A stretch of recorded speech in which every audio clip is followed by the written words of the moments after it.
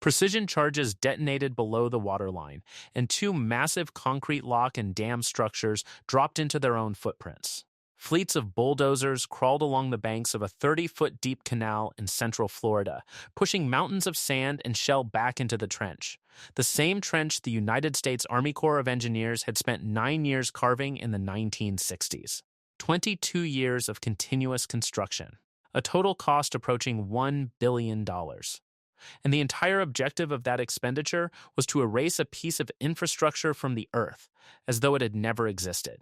The reason is structural. Before the canal, the Kissimmee River Valley supported over 1 million wintering waterfowl, one of the densest concentrations of migratory birds in North America. After the canal, a comprehensive winter aerial survey over the entire 56-mile system counted 8 ducks. Not 800, not 80. 8. How does a valley that sustained 1 million birds collapse to a point where a winter survey finds 8? The failure wasn't sudden. It was a cascade, each step following the same physics, each consequence triggering the next. And the fix, when it came, targeted the exact point in the chain where the whole system had seized. To understand why blowing up dams and pushing dirt into a ditch was worth $1 billion, you have to understand how the machine broke. The Kissimmee River ran from the chain of lakes south of Orlando down to Lake Okeechobee, a distance of roughly 56 miles in a straight line. But the river never ran straight. It meandered through endless oxbows and marshy switchbacks, stretching its actual channel to 103 miles through a valley barely 2 to 3 miles wide. The gradient was almost non-existent, roughly 7 centimeters of drop per kilometer. Water barely moved. During the wet season, the shallow channel couldn't hold the volume.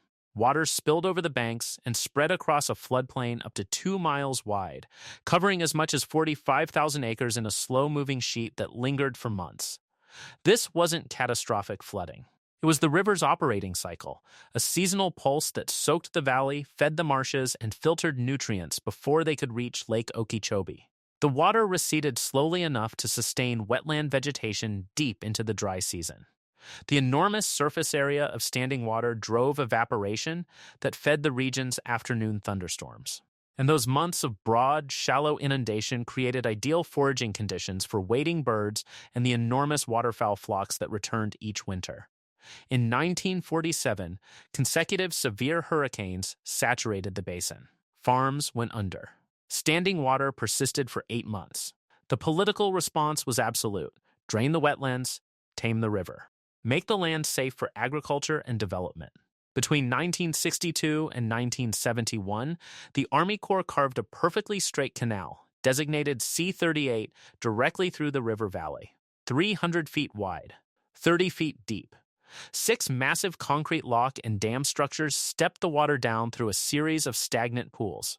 The 40 million cubic yards of earth dredged from the riverbed were piled into continuous spoil mounds along both banks, physically walling the floodplain off from the canal. In practical terms, the Corps had replaced a 103-mile living river with a 56-mile drainage pipe. And the pipe worked. It eliminated the flood risk to surrounding farms exactly as designed. It moved water off the landscape and into Lake Okeechobee faster than the old river ever could. The Corps wasn't incompetent. They were exceptionally good at the thing they'd been asked to do. The thing they'd been asked to do turned out to be catastrophic. Because the feature they had been hired to eliminate, the slow seasonal flooding, was the same feature keeping the entire valley alive. And the collapse that followed ran just as fast as the construction. The canal was 30 feet deep. The old river had been shallow enough to spill over its banks during the wet season. The C-38 never spilled. It inhaled. The trench acted as a gravity drain on the surrounding water table, pulling groundwater down and away from the surface. Within a few years, between 12 and 14,000 hectares of wetland habitat dried out completely.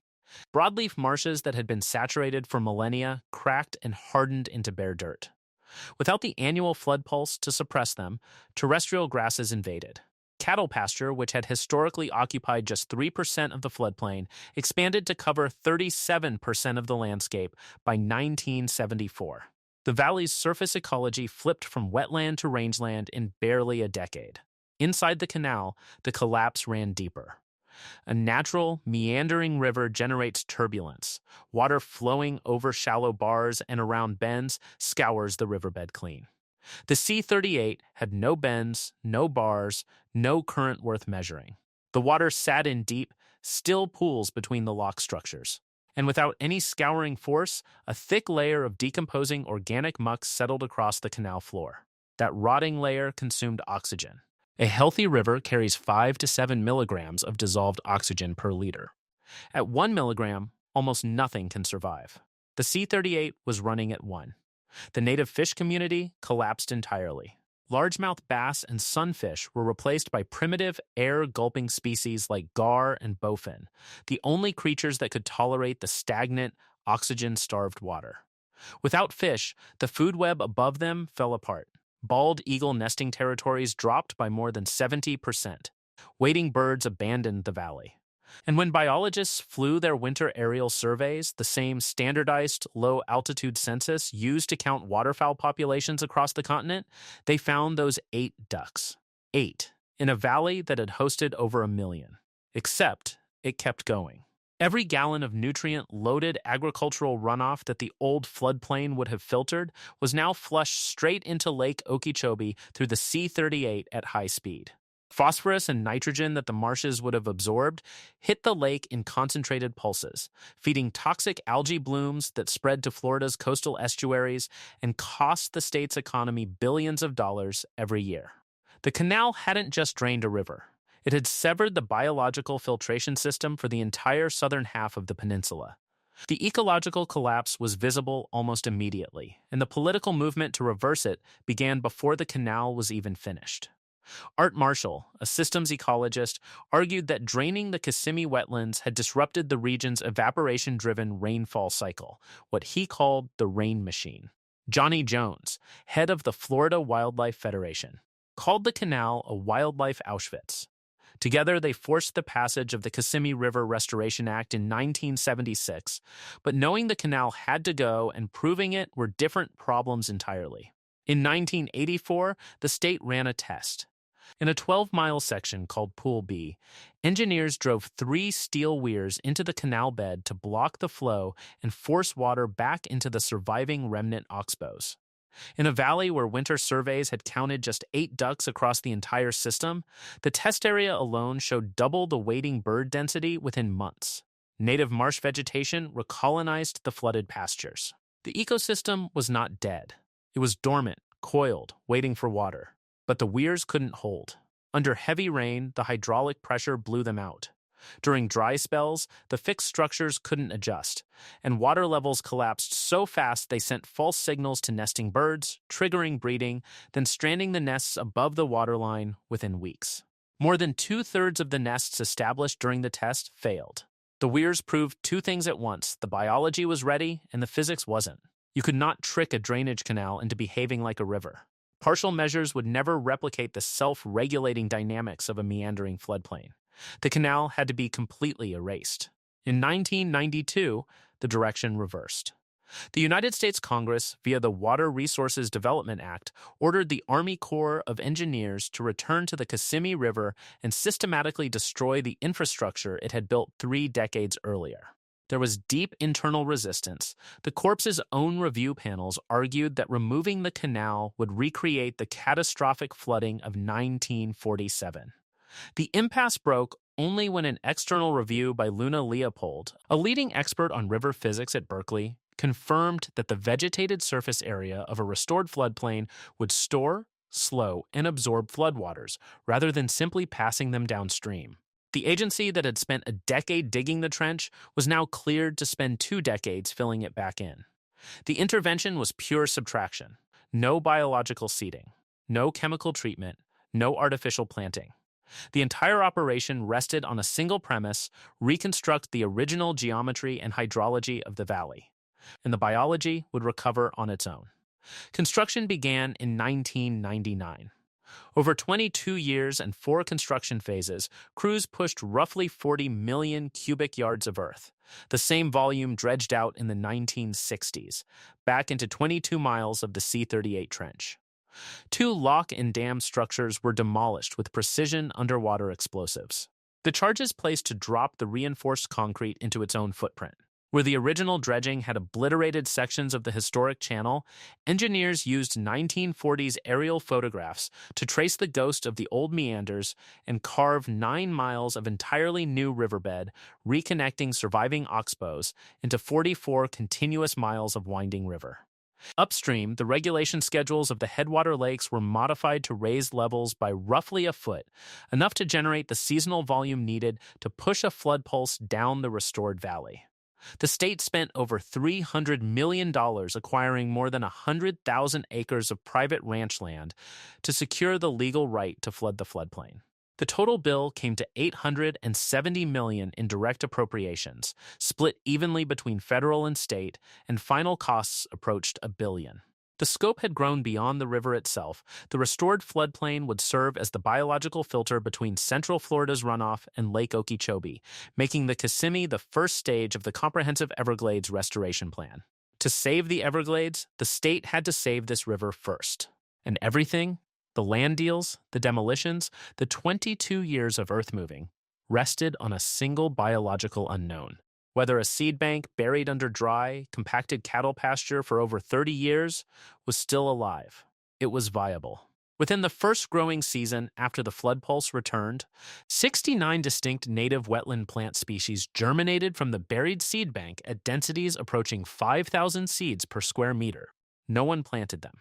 No nursery stock was trucked in. The dormant seeds had survived 3 decades of drought and compaction, and they erupted the moment the water came back.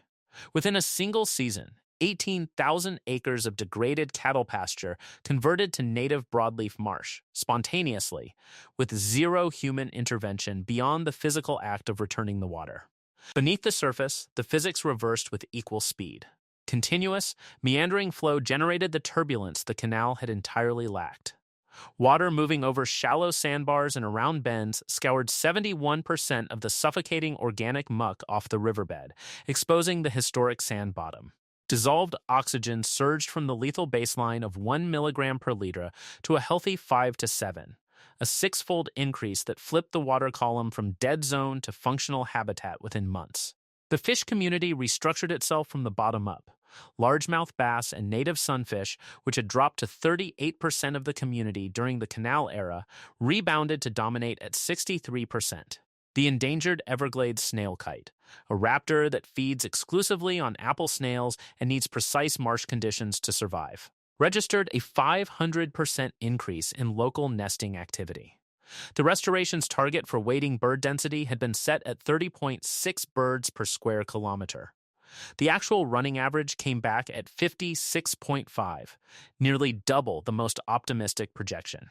Species that had been entirely absent from the valley, including the American avocet and the black-necked stilt, returned in large flocks. And for the first time in decades, the waterfowl numbers moved.